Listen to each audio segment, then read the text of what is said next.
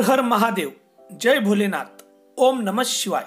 नमस्कार मित्रांनो, स्वागत आहे आपले पुन्हा एकदा आपल्या आवडत्या यूट्यूब चॅनलमध्ये। मित्रांनो, जर तुम्ही पण महादेवाचे भक्त असाल तर हा व्हिडिओ शेवटपर्यंत पहा आणि लगेच लाईक करा। हो मित्रांनो, आज आपण बोलूया महाशिवरात्रीला बनतोय एक महासंयोग। 7 राशी राहतील फायद्यात आणि 5 राशींना होईल मध्यम स्वरूपाचा फायदा। महाशिवरात्रीचा पर्व देवांचे देव महादेव यांच्या भक्ती आणि पूजेसाठी खास महत्त्व ठेवतो। शिवभक्त या दिवसाची वर्षभर वाट पाहतात। या दिवशी भोलेनाथांना खुश ठेवण्यासाठी भक्त उपवास व पूजा करतात, जेणेकरून त्यांच्या सर्व इच्छा पूर्ण होतील। असे मानले जाते की या दिवशी महादेवांचा देवी पार्वतींसोबत विवाह झाला होता आणि 51 वर्षानंतर या वर्षी एक विशेष संयोग बनत आहे आणि यातूनच 7 राशींचे नशीब चमकणार आहे, त्यांना फायदा होणार आहे। त्या अगोदर महादेव प्रेमींसाठी काही खास गोष्टी।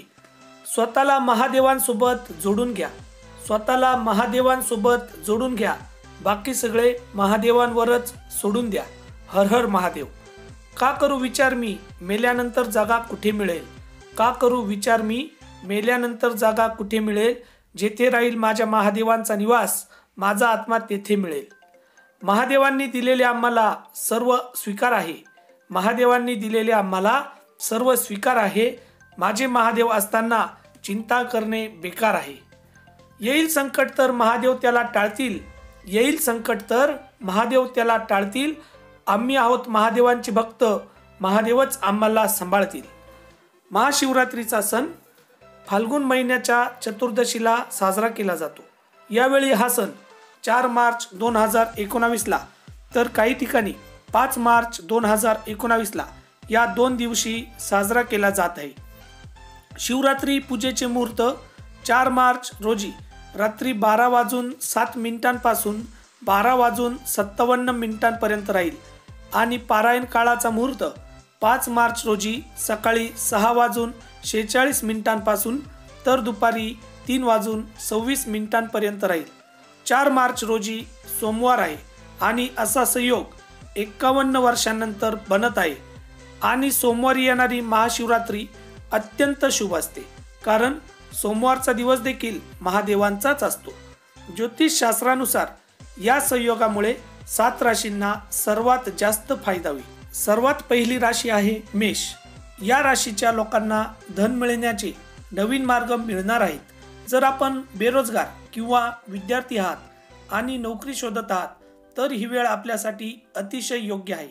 आणि जे लोक अगोदरपासून नोकरी करत आहेत व मोठ्या कंपनीत जाऊ इच्छिता त्यांच्यासाठी देखील ही वेळ योग्य आहे। बिझनेसवाले व्यावसायिक बंधू देखील यावेळी यांना खूप धनलाभ होणार आहे। पुढील राशी आहे मीन। मीन राशीवाल्यांना व्यापार आणि नोकरीमध्ये सफलता मिळेल। प्रत्येक ठिकाणाहून सकारात्मक बातम्या त्यांना कळतील। बेरोजगारांना नवीन नोकरीच्या संधी मिळतील। कायद्याच्या गोष्टीतून त्यांची सुटका होईल। त्यापुढची राशी आहे कर्क। कर्क राशीवाल्या लोकांना आपल्या नशिबाच्या जोरावर घरी बसूनच धन प्राप्तीचा योग दिसून येत आहे। याच वेळी अशा संधी देखील चालून येतील ज्या भविष्यात तुम्हाला मोठा फायदा करून देतील। या राशींच्या लोकांना शिवरात्रीत महालक्ष्मी देवीची देखील पूजा उपासना केली पाहिजे। यावेळी महादेवांचा आशीर्वाद कर्क राशीवर राहणारच आहे। कन्या राशी।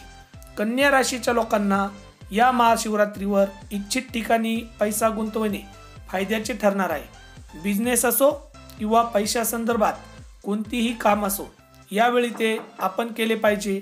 जे पैसे तुम्ही गुंतवाल त्याचे योग्य फळ लवकरच आपणास मिळेल। धनुराशी। धनुराशीवाल्या सर्व लोकांना यावेळी धन संदर्भात जे पण काम करतील त्यात तुमचे भाग्य तुम्हाला खूप मदत करणार आहे।